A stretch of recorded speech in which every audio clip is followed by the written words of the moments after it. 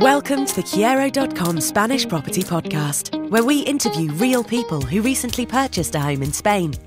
They tell us what worked, what didn't, and what they'd do differently next time. I'm Beth Davison, and today I'm speaking with Phil, originally from Redditch, who purchased a villa in Pinoso, Murcia. Just wait until you hear about how, along with his wife Vickie, Phil started with just a plot of land amongst the almond groves and embarked on building their dream home from scratch. Phil and Vickie worked with estate agent GR Sunshine Properties to find their dream home in Spain.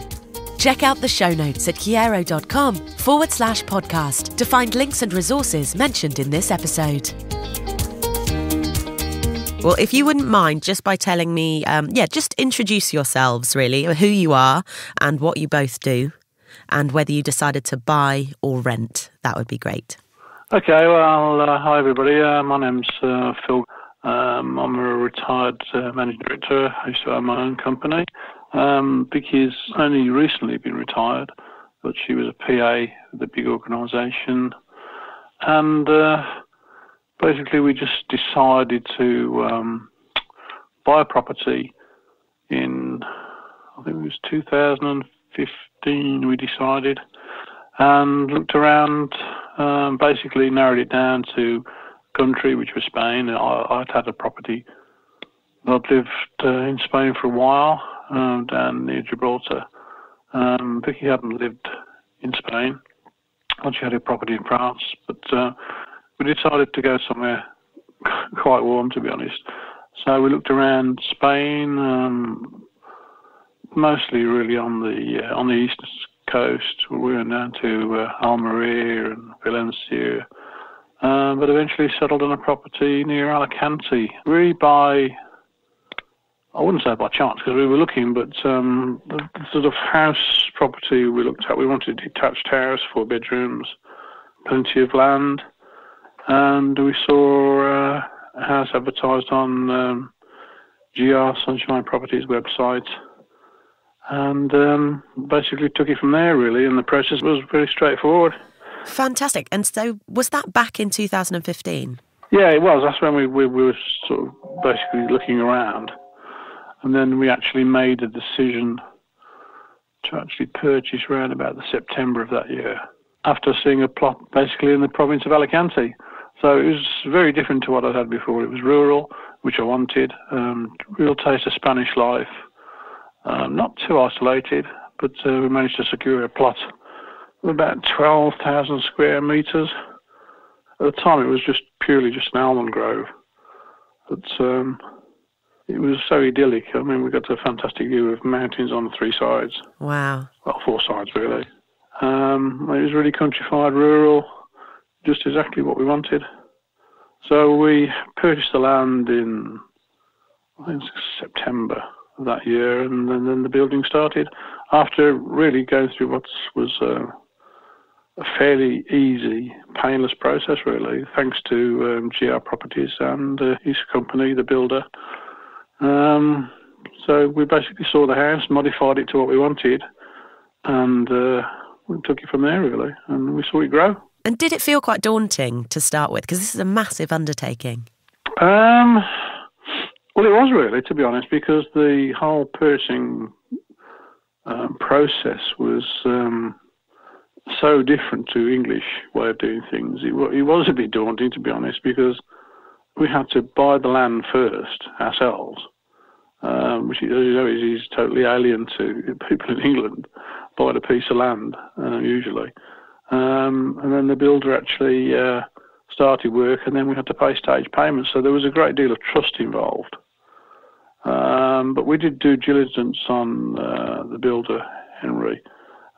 He was a local builder who lived in Pinoso for 30 years, and everybody knew him. He got a fantastic reputation, but it was a little daunting, to be honest, because, I mean, there's a lot of money. Yeah, of course. And, with all the extras and etc., I think it was around about 230,000 euros at the end of the day. But it was a fantastic property. It was extremely good value for money, and we've been very happy, really. Now, to have that sort of property nearer the coast, I mean, we're about 40 minutes away, really, but to have that sort of property nearer the coast, I mean, we're talking a couple of 3 million at least. Yeah. So you said you did your homework on the builder themselves, but how did you first start researching kind of, well, the area? I know it was different to what you originally expected, but how long did that whole kind of research process take before you took the plunge? Probably about 6 months, really. We were backwards and forwards to Spain. And just until we physically looked at places ourselves, really. I mean, we didn't have any sort of guidance or help. We wanted to do it on our own. We used to go and stay at a hotel near the area that we wanted to go in, and basically just looked around and seen what was available. I spoke to a few agents, not many, but we spoke to a few. And I guess really we were quite lucky because we found GR property, Sunshine Properties, quite early in the day. And he looked after us very well, I've got to say. Right from our initial meeting and chats, when we first met the agent and the builder, in Pinoso, I mean, they took us round for the day, and we probably viewed probably up to 10 different plots during that day that we were there, day and a half. And, we had quite a selection to go with. We didn't have to have any if we didn't want them, obviously, but virtually the last plot they showed us, I mean, we just fell in love with it, and, and away we went. Amazing. It's so nice when you get to that point and you just see something and you know it's exactly what you want. That must have felt great. Yeah, it was. It was tremendous, really, and we wanted to make sure we were there. I mean, it sounds a bit daft, really, but we wanted to make sure we were there when they started marking the property out, which was important to us, really, because we wanted a very long drive. And it's around about 65 metres long from the road to the house, so it's quite a long drive, and we wanted that sort of look, So we wanted to make sure it was in the right place. So we went there when the first clod was turned over. Ceremonial. I like it. It's good to be there for the first thing. Yeah, it poured rain on that particular day, mind you, but it was good fun. And so no structure at all? Did you build from the ground up, or did you extend what was already there? Oh, yeah, nothing there at all. So, I mean, it was really from foundations upwards. Nothing there at all, apart from some farmers' walls, which we had removed, but yeah. The budget that you mentioned, was that inclusive of the land, or did you have kind of two separate budgets? No, that was inclusive of the land. We didn't want to really go over the top. Because as I say, we knew that, I knew that his retirement was pending, so we didn't want to go overboard. But like everything, when you start, you think of things as you're going along. I mean, we've thought of a lot of things beforehand, obviously, but as it's going up, you think, well, isn't it a good idea to have this and that and the other? And we had quite a lot of extras, to be fair. Right. But were you surprised by what you could get for your money? Did you kind of go in thinking... In that particular area, yes. It sounds like it was an amazing venture, and that it didn't break the bank. Yeah, it was really. It was really, yeah. I mean, the house itself it's not typically Spanish. It's more sort of Georgian, really, to be honest.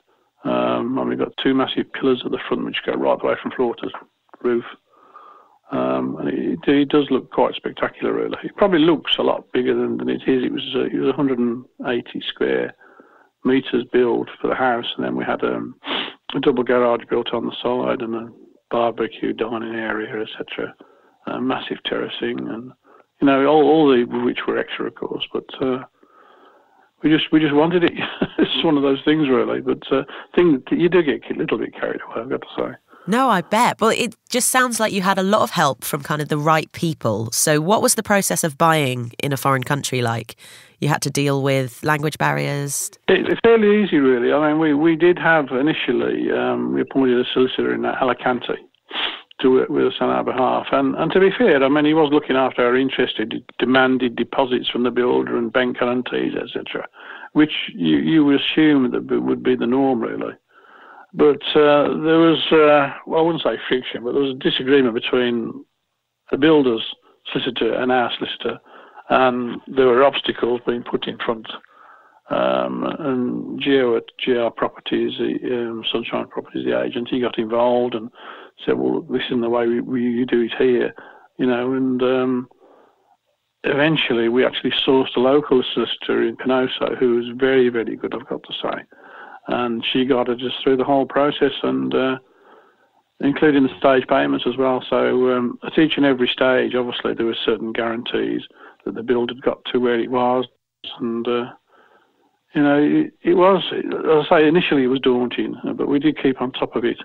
And one of the amazing things, really, from the builder's point of view, was that every single week, without fail, on a Friday night, he would send us at least a minimum of 30 to 50 photographs of what had happened during that week.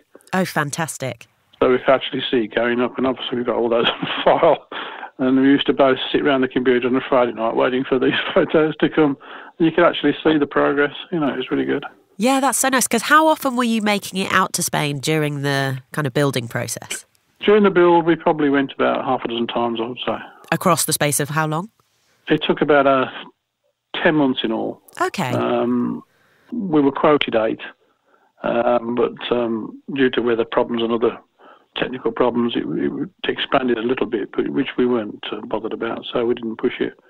We would rather have a really good job done than rushing it. So yeah, of course. It really didn't matter to us. I mean, if we'd have pushed hard, we could have got it in 8, I dare say, but we weren't that bothered. So you were making it kind of every 6 weeks-ish to kind of go and visit. And what about now that it's all finished? How often do you go out there? Now, probably about the same, really, to be honest. For the first time last year, we drove over in August last year, and we stayed till October. And we'll probably stay for about 4 months this year. That sounds so nice. It's a daunting drive, I've got to say, but you know, it took 2.5 days. But you know, you got your own transport while you're there, and it was good. It was good. We had a really relaxing time. Yeah, and you get to soak up a bit of the culture if you're driving for that amount of time. Yeah. We had friends come to stay, and Vickie's sons came over. So it was good. It was good. And we enjoyed it so much, and we're going to do it again because Vickie's got a small dog. So she had to come, unfortunately. Don't tell Vickie. Yeah. No, she was good, though. She was good. Fantastic. And so what did you find the most challenging part of all of it? I've got to say, we didn't find anything terribly challenging, to be honest. The whole process was fairly straightforward. I've got to say that I can't think of anything readily that we found challenging as such. I suppose the most concerning was when you used to hand the money over on a stage payment. I think there were about 6 or 7 stage payments. Right. The last one being quite a chunky one, so you know, that was a little bit daunting, but I wouldn't say it was worrying at all, really. There was no problems at all during the build. And I mean, you hear so many horrible tales about Spanish builders going bust, so I mean, obviously we were concerned. But everything was fine. We had kept in regular contact, obviously, with the builder who kept sending us these photographs. He accommodated every single wish that we asked or change that we asked for. You know, just even to the fact that in the master bedroom, the standard way of putting the French windows onto our balcony, which overlooks the mountains, was slightly offset. And I'd stipulated I wanted it in the middle of the bedroom so we could both see the view when we were lying there in the morning. So, I mean, it sounds a silly request, really. But no, it sounds a lovely request. Yeah, we sit there in the morning with our cup of tea and we look out. And although Henry had actually built the window frame, we did actually move everything over about 18 inches, knocked all the wall down and put it back up again. And, you know, and there was no charge for that. So, I mean, it's that sort of little attention to detail, you know, which we really enjoyed. Yeah, absolutely. And it sounds like you did your research, so you got the right guy. Yeah, we did. He had a reputation in the town. He'd lived there for 30 years with his family, so he was well known. When we first met the builder with the agent, he was actually working with another guy, actually, as a partner. And our particular house, he did say to us afterwards that during the build, he'd actually split away from his partner and started off on his own, which was a bit worrying, really. He got some new premises, some offices, but as the game was seamless, you know, we didn't see any conflict there or anything, you know, it just carried on the same as it was. Yeah. So would you do anything differently if you were going to do it all again? Absolutely not, no. It sounds like you had a really stress-free time. That's awesome. Yeah. I didn't lose too many hairs, no. We was stress-free, yeah, I've got to say. I'll say the only thing is the financial aspect. I mean, is obviously different, so much different to what it is in England. Yeah. You know, being a very conservative English guy, you're worried really sometimes. You hear so many different tales about Spanish people and builders and, going bust and doing a runner and all that sort of stuff. But it was such a smallish town. I mean, really, there wasn't anywhere for him to hide, really. Yeah, no, absolutely. But the solicitor was good as well, I've got to say. And although I have found, consequently, that builders don't like dealing with her because she's so thorough. Oh, that's a good thing. You want someone thorough on your side. Yeah. Oh, she's first class. So, advice, if you were giving some to family and friends who are going to do the same things as you, what advice would you give? Well, basically find a builder and, find the place that you want, first of all. I mean, there's so much land available for build. Ours was rustic land, so, I mean, obviously you've got to be a little bit careful, as opposed to urban land. But you've got to make sure you get the right planning permissions in place, and there won't be any problems. But I would say probably, it's just three things really. Find yourself a good agent, which we did. Find yourself a good builder, which we did. And most of all, find yourself a good lawyer, right, which we did. Those are the three most important things to us, really. I would give to anybody else. And I think maybe people think of, if you're building your property rather than just buying one that's already there, that is a whole lot scarier. But for you, it really doesn't seem to have been that way. No, well, it wasn't. I wouldn't say it was scary. I'd say probably more exciting than anything else, really. Yeah. Because of the confidence that they gave us. We've never known anything like it. But, builders being so helpful. I mean, you certainly don't get that sort of level of help in the UK, You ask for a change here, and they say, what, thousands and thousands of pounds, But no, it's good. It's good. And so lastly, just a little bit about the lifestyle in Spain when you go over there. What does a typical day look like for you once you're at your house for a couple of months? It's a lot different now to what it was, because, I mean, I'm because you're what, sorry? Jobs lined up with me for me left, right and centre.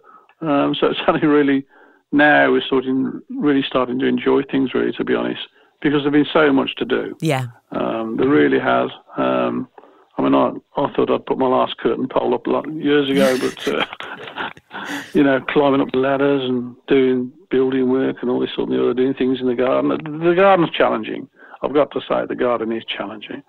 And probably in hindsight, we probably wouldn't have a garden that big, to be honest. Right.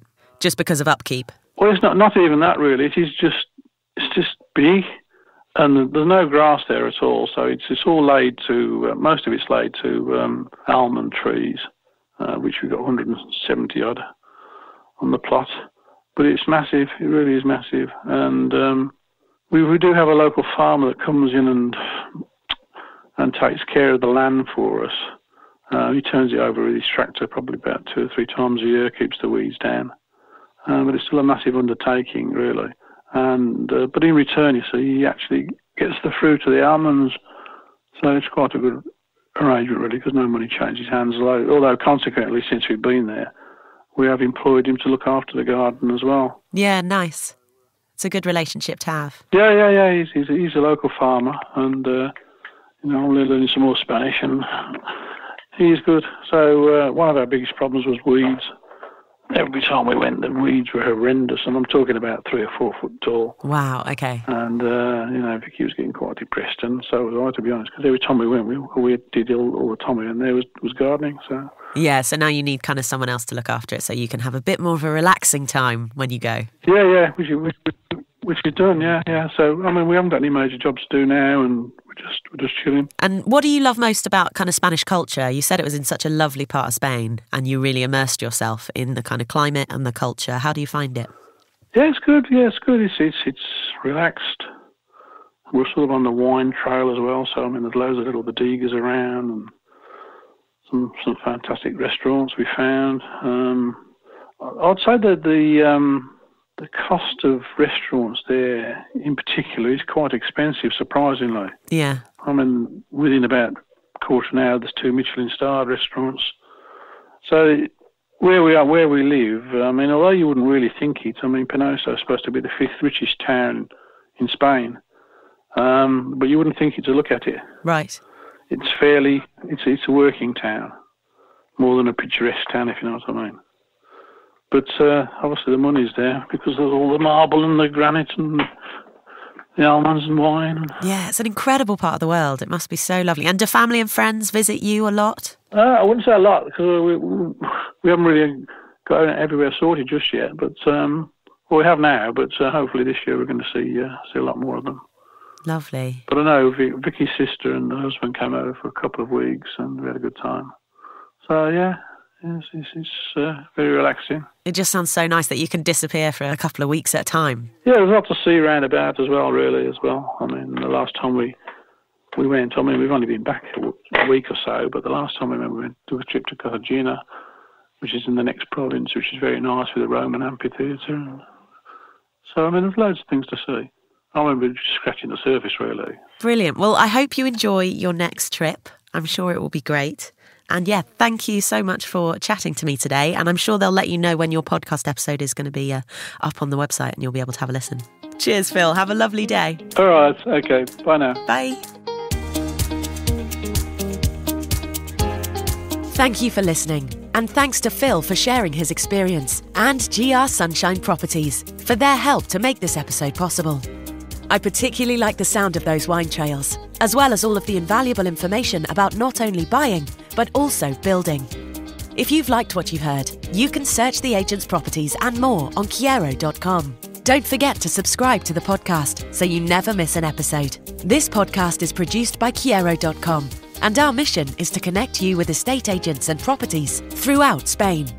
Whether your dream home is a rustic farmhouse surrounded by olive groves or a lock-up and leave apartment on the seafront, you'll find everything you need at Kyero.com. If you've enjoyed this episode, we'd really appreciate your 5-star rating on iTunes. It helps us reach and connect more people with their dream home in Spain. And whenever you're ready, here are 4 ways we can help you. Ask a question by emailing podcasts@Kyero.com. We'll try and answer them all in an upcoming Q&A episode. Get a location guide by emailing podcasts@Kyero.com. We'll reply with the latest data and information on the areas you're interested in. Calculate your budget. Simply visit Kyero.com/budget. Enter 2 numbers and you're done. Be our guest. If you've already purchased your home in Spain, we would love for you to share your story on the podcast. Just email podcasts@Kyero.com and we'll take it from there. Tune in next week when I speak with Daniel, originally from Minster-on-Sea in Kent. He purchased a 3-bedroom duplex in Playa Flamenca, Alicante. Inspired by friends, I can't wait to tell you how straightforward the process was for him. So much so that Daniel ended up buying the first one he saw. I'm Beth Davison, and you've been listening to the Kyero.com Spanish Property Podcast. I'll see you next week.